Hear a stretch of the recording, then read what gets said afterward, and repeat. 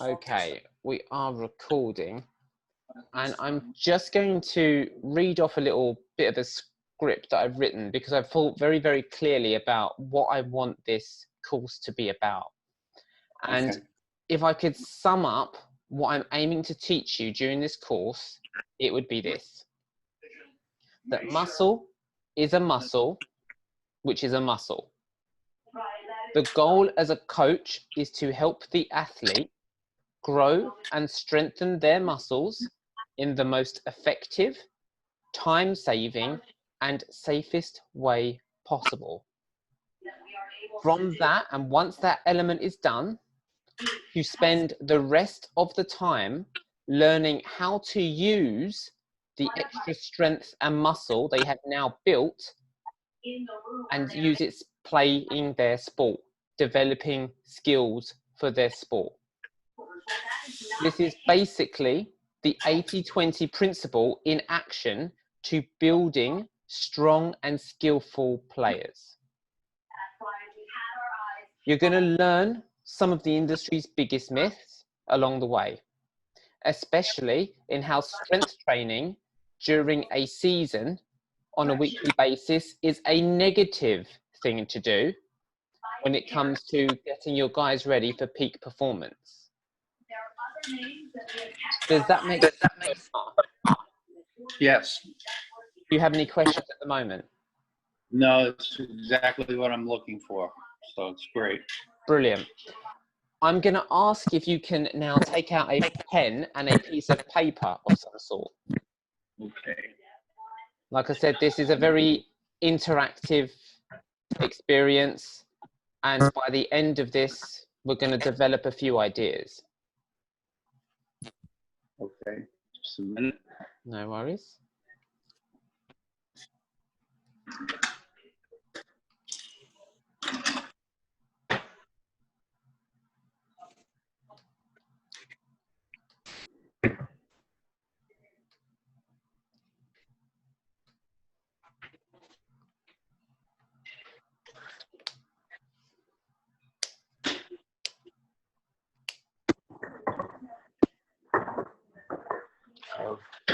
Okay, I had to just go to the other room. No worries at all. Okay, I'm all set. Excellent. So I'm just going to start with a couple of basic questions, and I'm going to give you about 30 seconds each to answer them. The first question is very simple. Just write what you think you know so far, and that is, how would you define exercise? Question 1 is, how would you define the word exercise? So you've got 30 seconds just to write out your definition of exercise. Looking forward to the stage that this will, in keeping with our times and kind of limited lockdown, be a text and social media and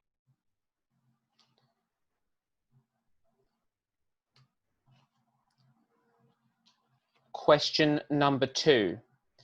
How would you define the word health? Question 2 is, how would you define the word health?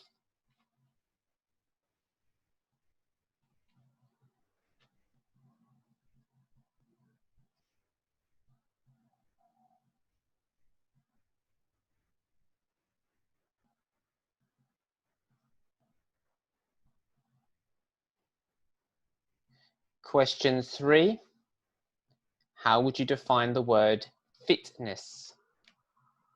Question 3 is, how would you define the word fitness?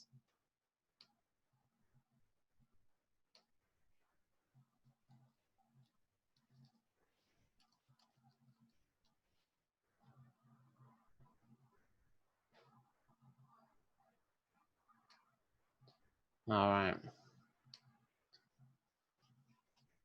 When you're ready, unmute yourself and let me know what you think. Okay. The word exercise. I'm a physical education person, so the word exercise, it's work that you do to develop cardiovascular endurance, speed, strength, flexibility, and prevention of injury. Mhm. And how would you define health? Health, maximal health would be well-being in all of the areas that we talked about, and also the absence of disease. Mhm. And how would you define the word fitness? Fitness is an overall state of being where you have cardiovascular, strength, flexibility, mobility, and endurance. Cool. Okay. Now, I'm just going to mute you now, just because you've got the TV going on in the background. I'll turn it off. Oh, okay. So the very first thing I have to go with and explain is that definitions are very, very important. And the challenge that happens sometimes is when certain words are defined either incorrectly or without clarity, people start to become confused. And what we're talking about here is very basic at the moment, and it seems quite abstract, and I'll give you some examples as we go forward with it. But here's what the words are actually defined as according to the Oxford dictionaries. Exercise is an activity requiring physical effort carried out to sustain or improve health and fitness. Emphasis on the word physical effort. Health is defined as the state of being free from illness or injury. Very, very simple. The fitness is defined as the quality of being able to fulfill a particular role or task efficiently. Now, what that means, and where the big confusion lies, is that physical fitness and health are not mutually exclusive. They are not married together. You can be extraordinarily healthy, but completely unfit. You can be extremely fit, but very, very unhealthy. Prime examples would be, I don't know if you saw a couple of years ago, there was a famous soccer player who was playing a Premiership game and just collapsed on the field, died. Heart condition, underlying issues, had it for a year beforehand. An example of someone who is extremely fit, but their health, on the other hand, has suffered. And where this happens with athletes in general, they sacrifice their health for their fitness, which is the premise. This is where I really wanted to begin with this course, to teach you that you do not need to sacrifice your health for your fitness. In the past 10 years, American football in particular, their injury rate has increased by 24%, according to the national statistics, in the past 10 years. Now, some of that is down to the fact that the equipment that the guys use, the protection the guys use, has improved dramatically as well, which means that guys can now run faster and hit harder without feeling anything. So usually, I don't know if you've ever seen the pads, or you probably have seen the pads that they used to wear before. It used to be pretty thin. But if you're a guy and you charge into someone, you feel almost as much as they do in the hit. So it's a natural resistance. You sort of hold yourself back a bit. But now you've got shoes that grip the ground even better so you can run even faster. The pads are that much bigger, so the guy who's actually doing the tackle is more protected. It's exactly the same thing in ice hockey. Like the speed at which you guys can hit each other now has gone through the roof, and it's never really been so much the force of impact, like instantly, that causes the injury. It's all the organs and it's all the stuff moving around on the inside, bashing against your rib cages, that really does start to cause the damage. Does all of that make sense so far? Yes. Great. So now what we're going to do, I'm just going to show you a basic slideshow. I say basic because technology is not my strongest suit, unfortunately. So we're going to be going into building. All right. Hold on a sec. All right, let me share my screen with you.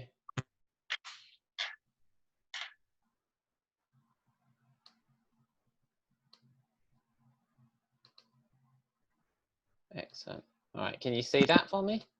Yes, I can. Brilliant. Okay. So this is all going to be about building unbreakable athletes and making sure that your guys are as protected as they can be and are getting to a point where they don't finish high school or they don't finish college and they are left at 21 years old with lifelong injuries. According to statistics at the moment, the average career expectancy of an American football player is 18 months to 3 years. And that is them leaving with lifelong injuries for good. That's not even including the people who injure themselves before they even get to that point. And what studies are now starting to show, especially with college level athletes, is that they are pushed and held at a peak for such a high period of time, and they are sacrificing their health for such a long period of time, that 10, 20 years later, they are more at risk of being obese and having coronary heart diseases and all these other issues that come along with it because of that short period of time. And it's my belief that that is completely preventable. And that's the whole purpose of this whole journey. How most sessions are going to run going forward is that I'm going to be asking questions at the start. The whole reason why I do this is to help you learn and to help you really start to think more about this topic that I'm talking about. And so you can start to grasp and apply it in your own ways going forward. I'm then going to teach you the subject material, going to give you examples, and we're going to open up questions where you can just pretty much fire anything you need to at me from this particular subject. I have split things up into their days. So today is pretty much based around the history of why we are where we are right now. From tomorrow, we will start building on your knowledge to make sure you are ready to teach your guys a new way of thinking, a new way of training. Thursday 3 is going to be about you video recording some of the homework that I give you, testing out some of these methods and getting a feel for what it is like coaching them through it and going through it yourself, where we will then go through the videos together and I will explain exactly what's going on and you can ask me questions about improved coaching. And then we'll finally transition into you having a program set up, ready to go, of a 8 to 12 week program that you can run forward with. Do you have any questions on this so far? No, not at all. Excellent. So let's start with the two guys that began it all. Arthur Jones and Joe Weider. They are the Aristotle and the Plato of the fitness industry. Like I mentioned in my email the other day, the very first two gym owners were Aristotle and Plato. They had very conflicting ideologies, and you can still see the effects of that today. It's exactly the same thing that happened. These two titans around the mid 1970s, you might even remember what they were like, these people in the press at the time, but they were the ones pretty much driving everything forward. And everything you see today is a direct result of the most popular, the guy who became the most popular. Mr. Joe Weider, this guy here with the mustache and the statue next to him, he is the one that ended up winning overall. He had a poster boy, Mr. Arnold Schwarzenegger. He was very charismatic. People liked him a lot, and he made a lot of people a lot of money because they were in his approach really suited their business models. Mr. Arthur Jones, on the other hand, was considered an eccentric billionaire who was quoted saying things like, all you need in life is faster planes, younger women, and bigger crocodiles. He was not very well liked by a lot of people. He was very intelligent, and he just did not care about rubbing anyone the wrong way. Arthur Jones' methods is the ones I will be talking to you about. He is the superior method. The Joe Weider method, on the other hand, is what has caused such a state in today's society. From Joe Weider came Kenneth Cooper, and it just spiraled on from there. So Joe Weider's approach, what is it? His approach is high volume training. Now, what does that mean? It's a very broad term, but effectively, the main premise, the main belief behind it that drives it all, and this is the biggest myth in the fitness industry, and that is more is better. How you achieve that more is better is through the amount of weight lifted. So it's called German volume training, where you aim to hit a 5,000 pound weight at the end. So you do as many reps as you need to for the total amount that you've lifted to equal 5,000 pounds, or I've put 3,000 kilos here. It's doing high repetitions, or it's doing very heavy weights for sets and reps, thinking that, you know, oh, you go heavy and you do short rep ranges for a lot of sets, and that makes strength and power. Or you go for light weights and do sets and reps at high amounts for endurance. It's also promoting spending a lot of time in the gym. This is where like their biggest emphasis was on training like a classical bodybuilder. A classical bodybuilder would genuinely spend 5 to 6 days a week in the gym, 2 to 3 hour sessions, and it's just not sustainable. They would use cross-training a lot. Cross-training is something that has infected the sports industry. And I use the word infected because it's probably one of the leading causes to a lot of injuries. So for example, people tell you often, oh, if you want to get better at breathing for your running, go swimming. Or if you want to be a better ice skater, go rollerblading. Or if you want to get better at if you want to get better at cross-country running, do some cycling to build up your legs. All of those kind of aspects of cross-training, they believe that you're going to inherit some of the strengths of one sport and you can just transition it over to the other one. But unfortunately, that's not the case. And later on, I'm going to explain why. And obviously aerobics, which is Mr. Kenneth Cooper, it's often quoted that he saved America's hearts.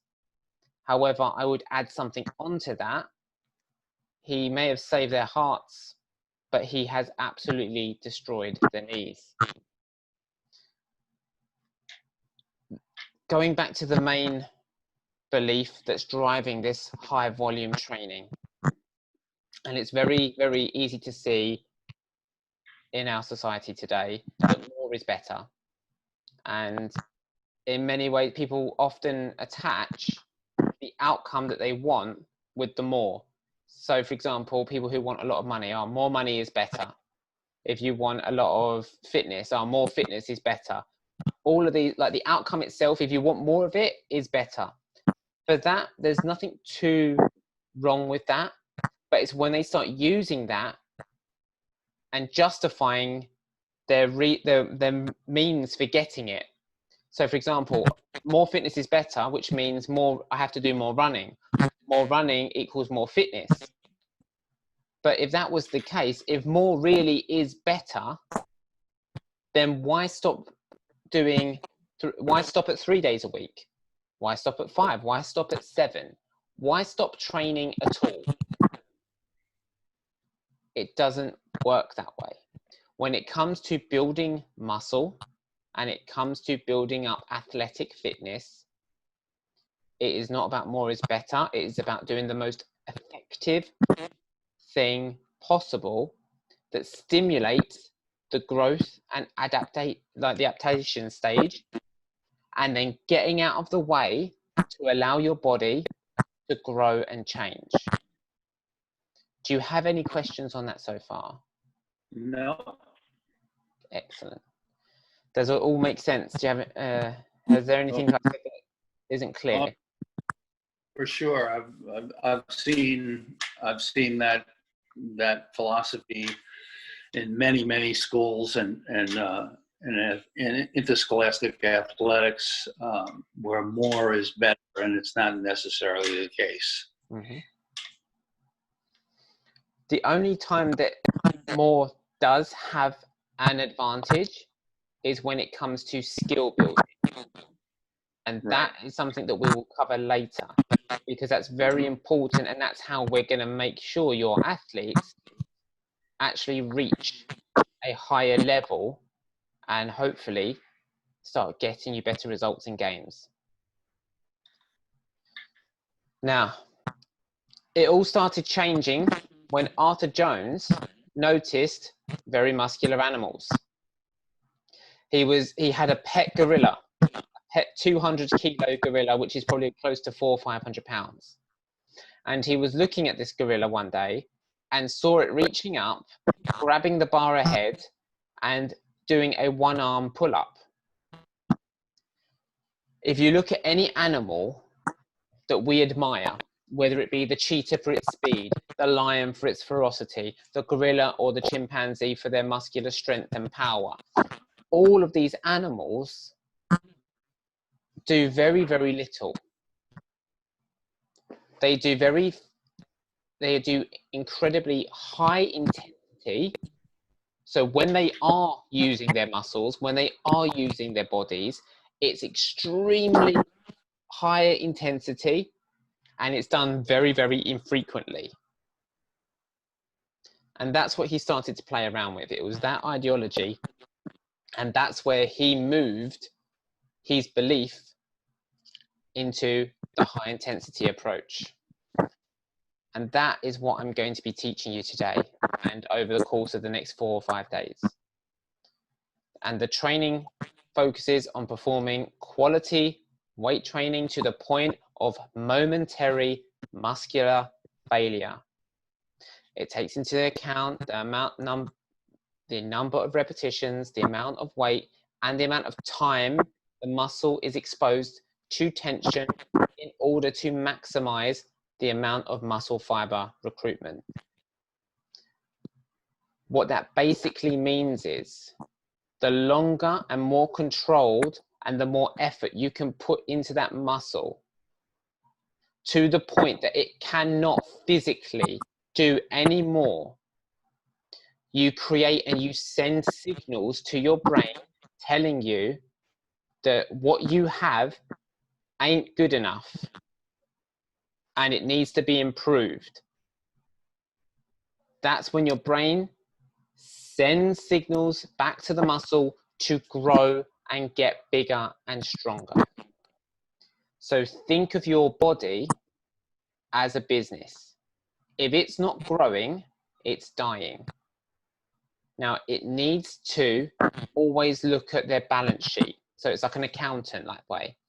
And holding muscle is very expensive. So a pound of muscle that isn't being used burns 50 calories a day. So if you just laid in bed, for every pound of muscle that you have, you are burning 50 calories. Why is that important? It's important because only up until about 200 years ago, starvation, famine, and what's the other one? Drought were the biggest challenges in to a human life. So we spent all of our time trying to find as many calories, as much energy as possible, and trying to conserve as much energy as possible. So if your body's going through, it's looking at the checklist and it goes, right, this load of fat over here that's costing us nothing to hold, are we going to keep it? Yes, let's keep hold of it. We don't know when we're going to need it.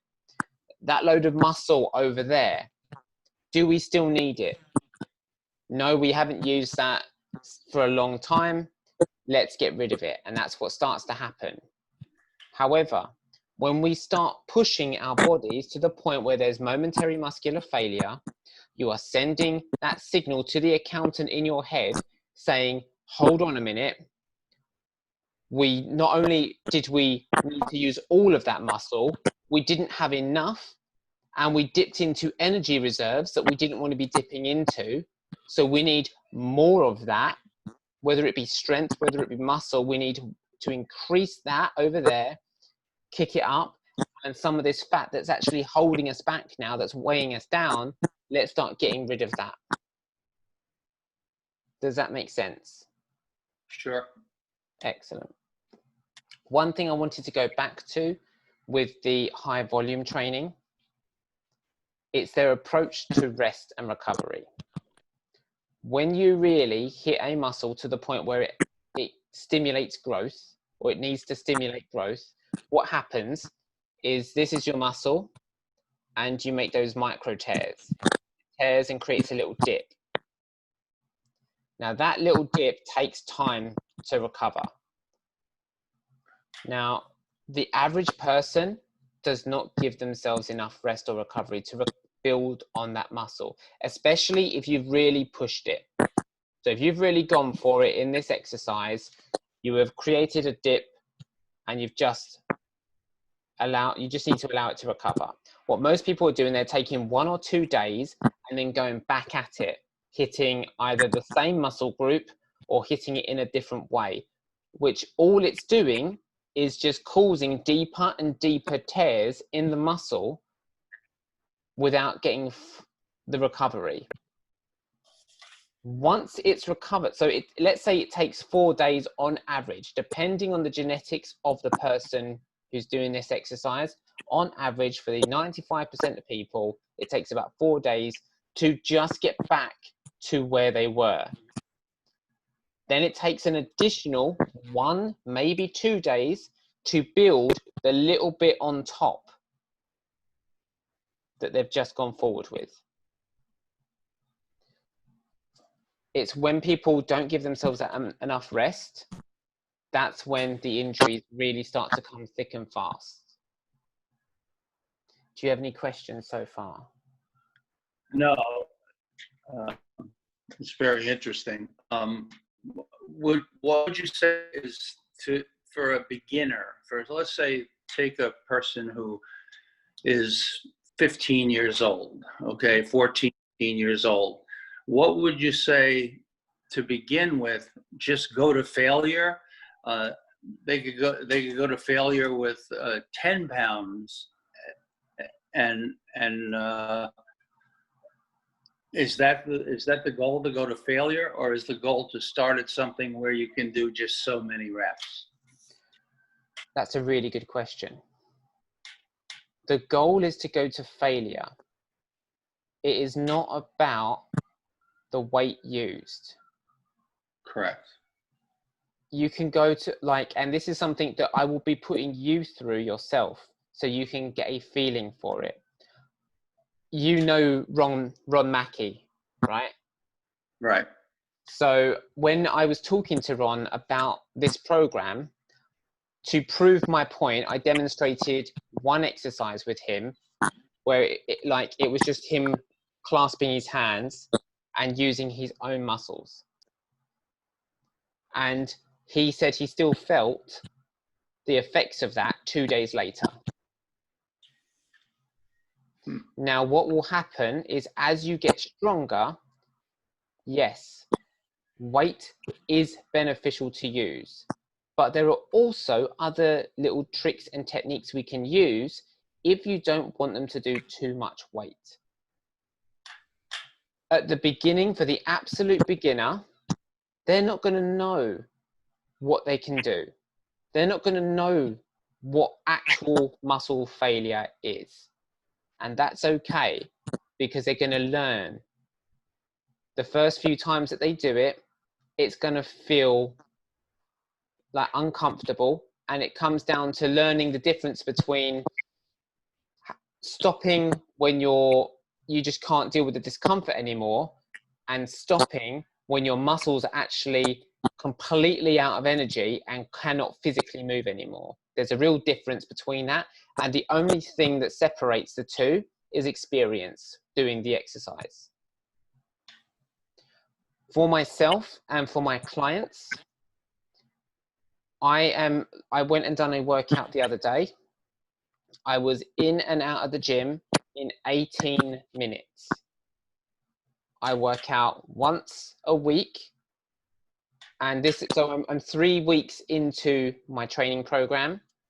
At the peak, I was doing a workout once every 10 days, because as you get to a point where the weight gets heavier, it's not so much about the muscle that needs the recovery, it's your nervous system. The nervous system takes longer to recover, especially if you're pushing high intensity, especially if you're pushing that full thing, because it just gets completely drained. And this is where a lot of people lead to burnout, where they're just dipping into energy, and they're staying caffeinated, and just basically it's that whole experience again. They're just digging into a deeper and deeper hole, where eventually their body's just going to say, I'm done. And either injury happens, or they just basically go to bed for an entire week and just try and get back to feeling normal. I don't know if you've experienced that with people before in the past. I know I have with clients. Because they just tend to go for coffee. And this is the issue with coffee. Like, coffee doesn't actually give you energy. It just blocks receptors in your brain, which so in your brain, you've got these little receptors that when you start running low on energy, it says, oh, I'm tired. All caffeine does is just block those receptors. So you don't actually realize how tired you are until you don't have any more caffeine in your system. The best example I can think of to use is a suntan. When you go out, you only need to go out and lay in the sun and do just enough to cause a burning reaction in your skin to decide to go dark and change and become tanned. Once that reaction has happened, there's no point in laying in the sun any longer. You can only get so tanned on a single day. It's like me laying out there, covering myself with oil.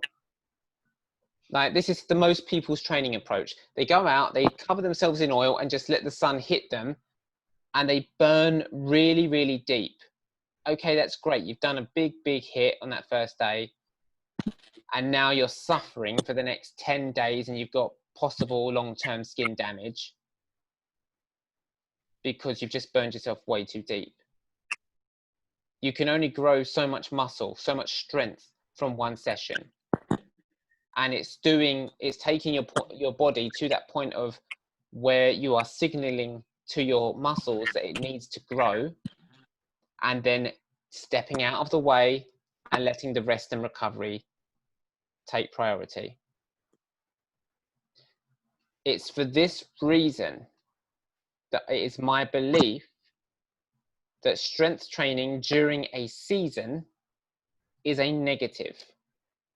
Because if you take into consideration the actual practice of skill work that guys need to do, the practice games that they need to do, and the actual full games where they're going all out, biggest effort, all strength training will do will mean that they will go into the game at 80% or less, depending on how worked they are. The games themselves begin to become their real strength training sessions in themselves. And the goal should be, in the off season, focusing on building up your athletes' bodies to be as muscular and strong as they physically can be, and then focusing on skill, skill, skill. Another negative that can happen for sports people, and this is something that is drastically overlooked, people try to get stronger during the season. And some people are genetically able to recover fast enough to do that. And that's great. But the problem arises when, if you become, let's say you've dialed in your throw, your quarterback, he's dialed in his throw, he's very accurate, he can get to the guy 100% of the time. He now goes and does a big strength workout to become stronger so he can throw better. What happens now that he's a little bit stronger, he starts to miss. He's either throwing it too far or not far enough, or he's a little bit out because he hasn't refined his skill with that new strength. Does that make sense? Yes. And that is probably the most overlooked thing.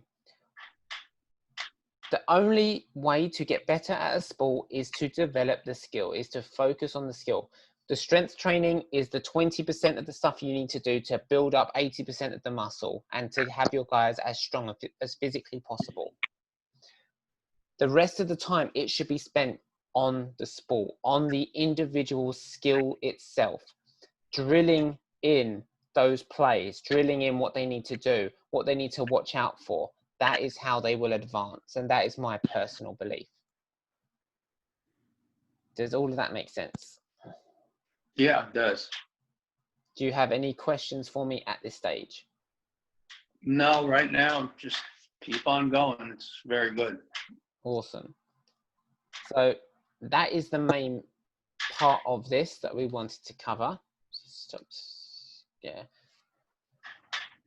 And in terms of the beliefs of the industry, it has just, what I've noticed in terms of a big push, there are two ideals that are pressed forward, and that is the athlete and the warrior, the soldier. The only thing is, with the athlete and the warrior, they are two very, very different people.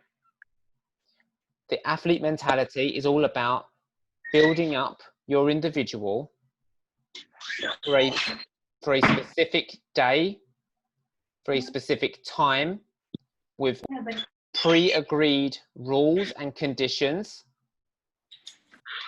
And everything about that training program is about making sure your player is ready to peak at those right times. Effectively, athletes are like orchids. They're a very delicate plant. You give it too much water, it dies. You give it too little water, it dies. Too much sunlight, it dies. It needs to have that right bit of harmony going through it. And it's like looking at their sleep. It's looking at their rest. The best example I can give of this is Team Sky for the cycling, when they went into and looked at incremental gains, where they wanted to make the bike 1% lighter, the tread 1% better. And they basically were trying to improve 1% in many, many areas, which added up to a whole 15 to 20% overall improvement. And they just have dominated ever since.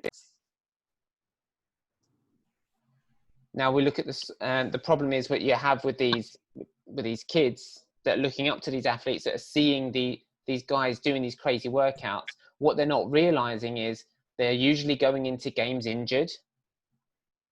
They also have a whole team around them to support them, and usually they're not the nicest of people to be around in that time, because their time is taken up. And especially young kids, there's only two reasons why, from what this isn't a stat, this is just what I've noticed. There are two reasons why people give up sport.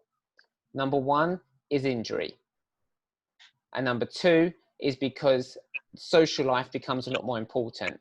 And that's because so much of their time is taken up by the training aspect, because of the belief that is more is better. It's all about, once again, I'm just going to reinforce that point. It's going in, doing that one strength training session that can be done in 20 minutes. Ideally for an athlete, you do 2 sessions a week, one focused on muscle building, one focused on sprints, for example. That's it. Like, both sessions should total less than 40 minutes a week, ideally. Like, and that's obviously once you've refined your process, which I will help you do. The next person is the soldier, and this is a very impressive individual again, but the training that goes into these guys is to help them survive in really harsh conditions where there is a lack of food, a lack of rest, a lack of recovery. They could be injured, how to push forward. It's all about that pain is weakness leaving the body mentality. It's being able to push yourself mentally through suffering for as long as possible. And once again, all that leads to is injury. And these are the two things that are promoted all the time. What I want people to focus on, and what I want to impart onto you, and if there's nothing else that comes through this, it's the passion that I have for this, and hopefully that can impart onto your athletes, that you spend the only amount of time you need to on building their muscle, the rest of the time focusing on skill building exercises, and then just letting them rest and recover, and letting the games and the practice games be what it needs to be to help build them up. It's a bit like, in terms of, there's a great book that I would recommend to you. It's called The Talent Code. Have you heard of it? No. The Talent Code is an incredible book. And it's how I basically teach all of my clients technique, and what I teach all coaches here when they're dealing with their rugby players and ice hockey players. One of the best scientifically sound books you will ever read. And I guarantee, if nothing else, reading that book will give you a huge advantage in the coaching game, in the way you teach. So that's a gentle little plug for a book there. Yeah, and then that's my personal belief anyway. I'm going to stop there for the moment just to let you ask any questions. Is there anything you want clarity on so far? I thought everything was pretty well explained. There was a program at Penn State a number of years ago, and I forget his first name, but his last name was Riley. And he was the strength coach for Penn State. He went on to the Washington Redskins. And it sounds like this is almost the same kind of thing. He believed in high intensity training. People went to muscular failure. It led to like the growth of the Nautilus industry, Nautilus weight training industry. Mm-hmm. And it was a big thing back in the 70s and 80s, and kind of disappeared because of it just escaped. He was considered to be kind of unique. Penn State would go to the weight room and use the Nautilus equipment and use towels and things of that nature on the field. Mm-hmm. And strength was his whole deal, and not really so much size. But Penn State during that era was probably one of the best football programs around. When he went to the Washington Redskins, they won 2 Super Bowls back to back. Mm-hmm. So not too bad. No, very good. Yeah, I forget his first name. I had his books. I was a real believer in that. And then, you know, it's gotten far away from that in the last few years, where bigger is better, not stronger is better. Yeah. What most people don't realize is not everyone has the genetic ability to be big. Mm-hmm. You can manipulate it to the point with drugs and hormones, and you will grow muscle. The emphasis is on about how strong your muscle is, more than anything. And in any weight training program, strength always precedes muscle. Imagine muscle as Pandora's box. Like I said, your body doesn't want any more muscle than it needs because of how expensive it is. So it would rather make the muscle it has as strong as possible before, and like, so you get all of these benefits from strength training. You get the fact that you are more durable. You get the fact that you have more power, strength, all of these things. And then at the very bottom of that, of Pandora's box, is muscle growth. Some people genetically will build muscle, and that's great. But for most of us, for the 95% of us, it just ain't going to be that way.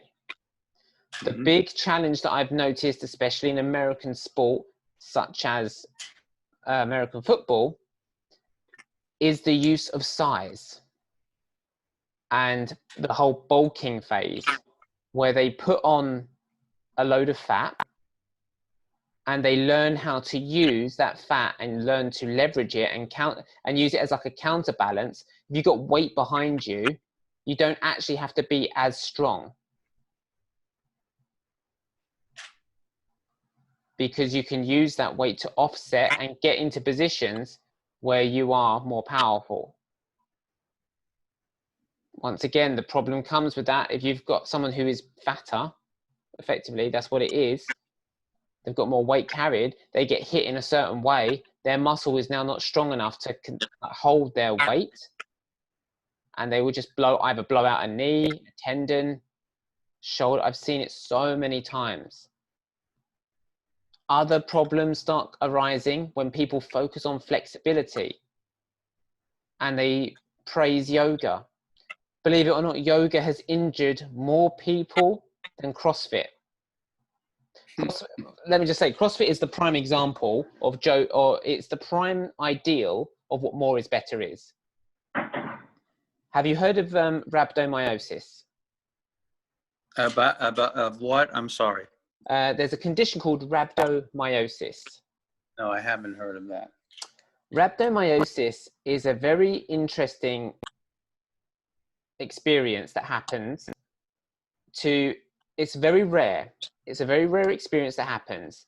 And it happens from extreme trauma, where what happens, like you get hit in a car accident, or an NFL player will wipe someone out, and the muscle is traumatized to such a point that it liquefies and starts going through the kidneys, causing like a complete shutdown. The only place that this is not a very common thing is in the CrossFit industry, where their high volume approach traumatizes their muscle. It's that sunburn effect that I was talking about earlier. And it happens quite frequently, to the point that they have made a mascot out of this condition, and they've called it Uncle Rhabdo, which is a clown with his kidneys on the floor, hooked up to a dialysis machine, who looks exhausted.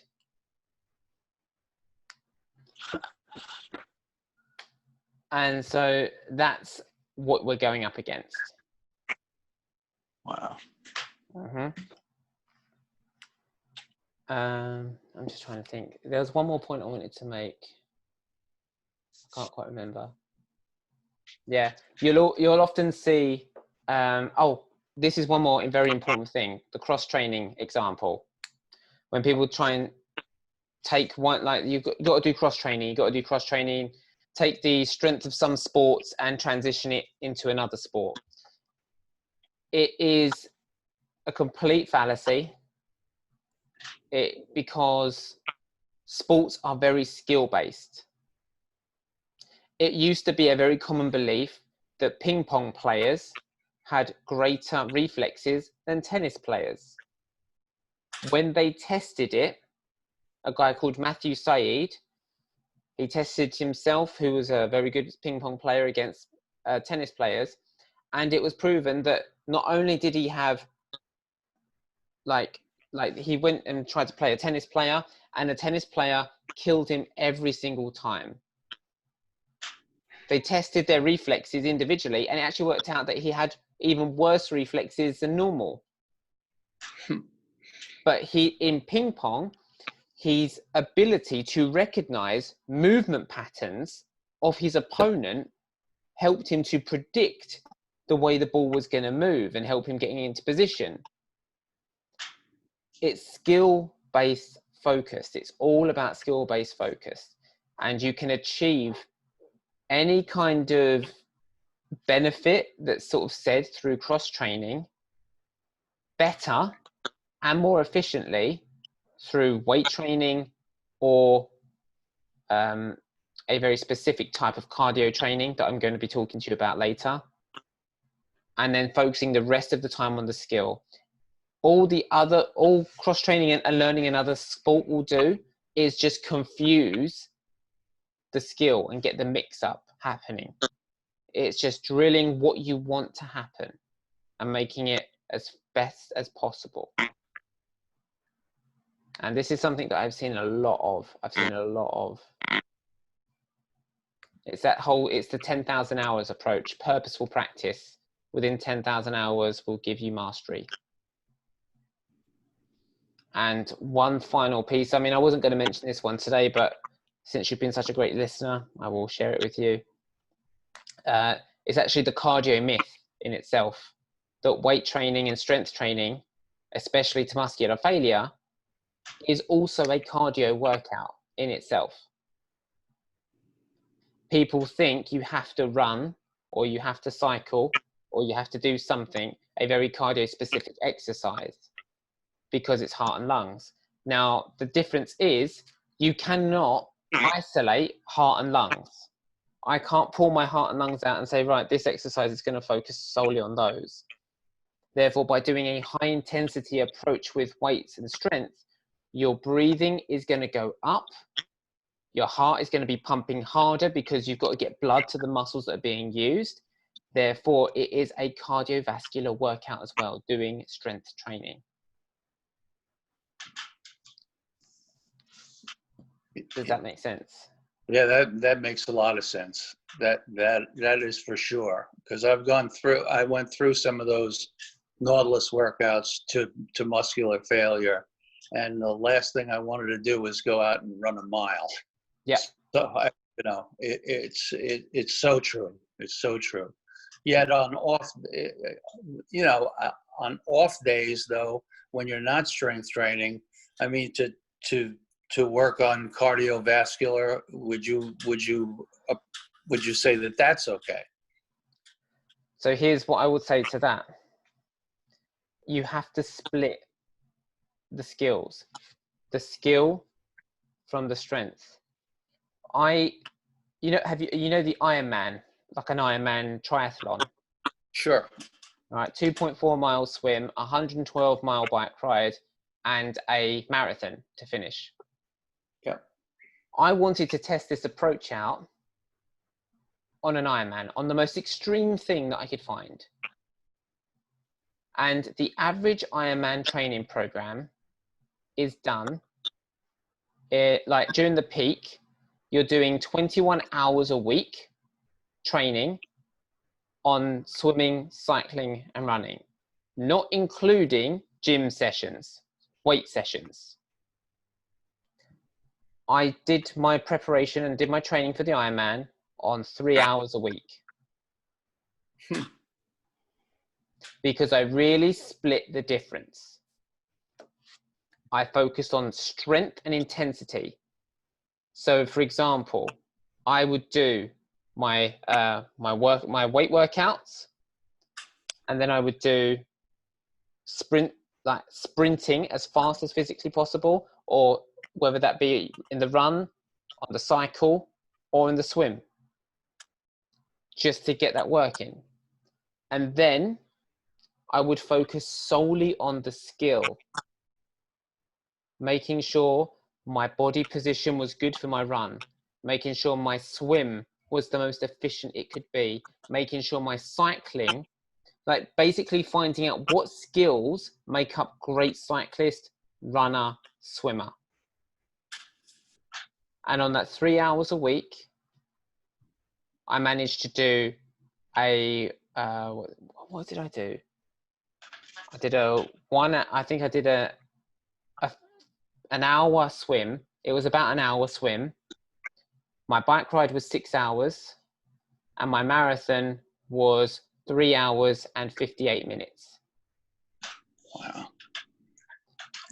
And that's on that little time spent. It was short amounts. So like I said, I was hyper focused. I hyper focused on making, first of all, I had to make sure my body was as strong as possible. Once I got into the latter stages of gearing up, and then it was like doing the actual triathlon races. So I did a sprint triathlon, a medium-sized triathlon, a large triathlon, then a half Ironman, as preparation for the actual skill of doing them all together.